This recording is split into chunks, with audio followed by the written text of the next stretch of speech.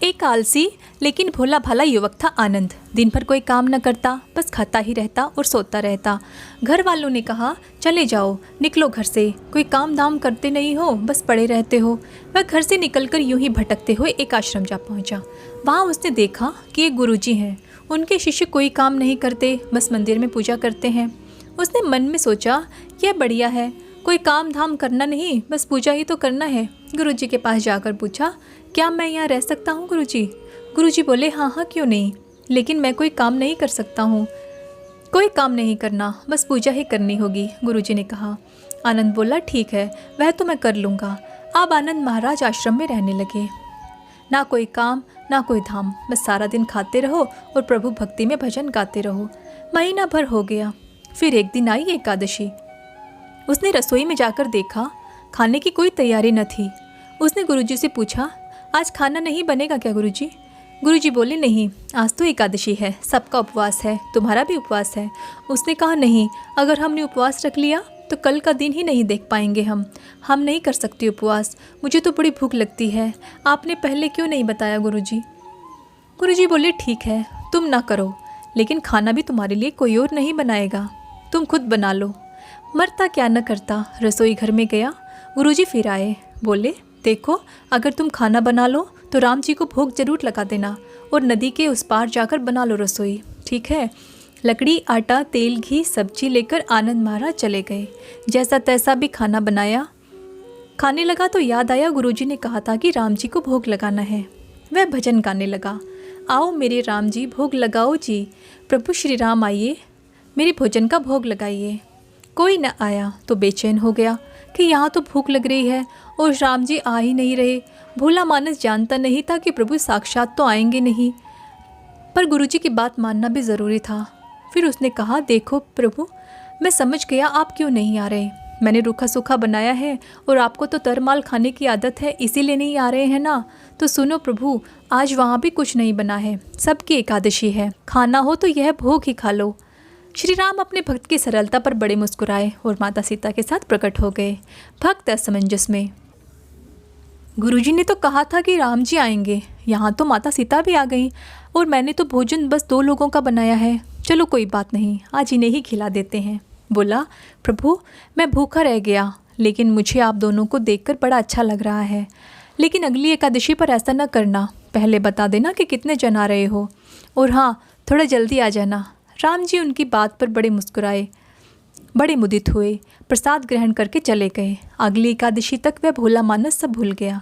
उसे लगा प्रभु ऐसे ही आते होंगे और प्रसाद ग्रहण करते होंगे। फिर एकादशी आई। गुरुजी से कहा, मैं चला अपना खाना बनाने, पर गुरुजी थोड़ा ज़्यादा अनाज लगेगा, वहाँ 2 लोग आते हैं। गुरुजी मुस्कुराए, भूख के मारे बावला हो गया है, ठीक है ले जा। अब की बार उसने 3 लोगों का खाना बनाया। फिर गुहार लगाई, प्रभु श्री राम आइए, सीता राम आइए, मेरे भोजन का भोग लगाइए। प्रभु की महिमा भी निराली है, भक्त के साथ कौतुक करने में उन्हें भी बड़ा मज़ा आता है। इस बार वे भाई लक्ष्मण, भरत और शत्रुघ्न को भी साथ लेकर आए। भक्त को चक्कर आ गए, यह क्या हुआ, 1 का भोजन बनाया तो 2 आए, आज 2 का भोजन बनाया तो पूरा खानदान आ गया, लगता है आज भी भूखा ही रहना पड़ेगा। सबको भोजन लगाया और बैठे बैठे देखता रहा। अनजाने ही उसकी भी एकादशी हो गई। फिर अगली एकादशी आने से पहले गुरुजी से कहा, गुरुजी, ये आपके प्रभु श्री राम अकेले क्यों नहीं आते? हर बार कितने सारे लोग ले आते हैं, इस बार अनाज ज़्यादा देना। गुरुजी को लगा कहीं ये अनाज बेचता तो नहीं है, जाकर देखना पड़ेगा। भंडार में जाकर कहा, इसे जितना अनाज चाहिए दे दो, और छुपकर उसे देखने के लिए चल पड़े। इस बार आनंद ने सोचा, खाना पहले नहीं बनाऊंगा, पता नहीं कितने लोग आ जाएं, पहले बुला लेता हूँ, फिर बनाता हूँ। फिर टेर लगाई, प्रभु श्री राम आइए, मेरे भोजन का भोग लगाइए।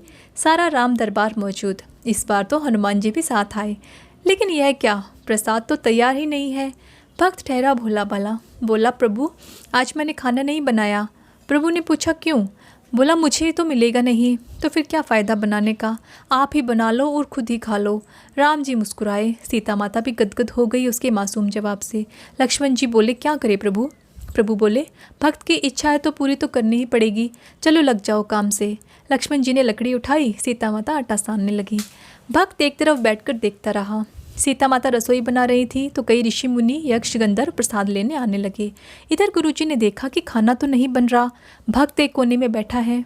पूछा, बेटा क्या बात है, खाना क्यों नहीं बनाया? बोला, अच्छा क्या गुरुजी आप आ गए, देखिए ना कितने लोग आते हैं प्रभु के साथ। गुरुजी बोले, मुझे तो कुछ नहीं दिख रहा तुम्हारे और अनाज के सिवा। भक्त ने माथा पकड़ लिया। एक तो इतनी मेहनत करवाते हैं प्रभु, भूखा भी रखते हैं और ऊपर से गुरुजी को दिख भी नहीं रहे, यह और बड़ी मुसीबत है। प्रभु से कहा, आप गुरुजी को क्यों नहीं दिख रहे हैं? प्रभु बोले, मैं उन्हें नहीं देख सकता। बोला, क्यों? वे तो बड़े पंडित हैं, ज्ञानी हैं, विद्वान हैं, उन्हें तो बहुत कुछ आता है, उनको क्यों नहीं दिखते आप? प्रभु बोले, माना कि उनको सब कुछ आता है, लेकिन वे सरल नहीं हैं तुम्हारी तरह, इसलिए उनको नहीं दिख सकता। आनंद ने गुरुजी से कहा, गुरुजी प्रभु कह रहे हैं कि आप सरल नहीं हैं, इसलिए आपको नहीं दिखेंगे। गुरुजी रोने लगे। वाकई मैंने सब कुछ पाया, लेकिन सरलता न पा सका तुम्हारी तरह, और प्रभु तो मन की सरलता से ही मिलते हैं। प्रभु प्रकट हो गए और गुरुजी को भी दर्शन दिए। इस तरह एक भक्त के कहने पर भगवान ने रसोई भी बनाई। बोली जय श्री राम। वीडियो अच्छी लगी हो तो प्लीज़ लाइक करिएगा, चैनल पर नए हैं तो सब्सक्राइब ज़रूर कर दीजिए। धन्यवाद।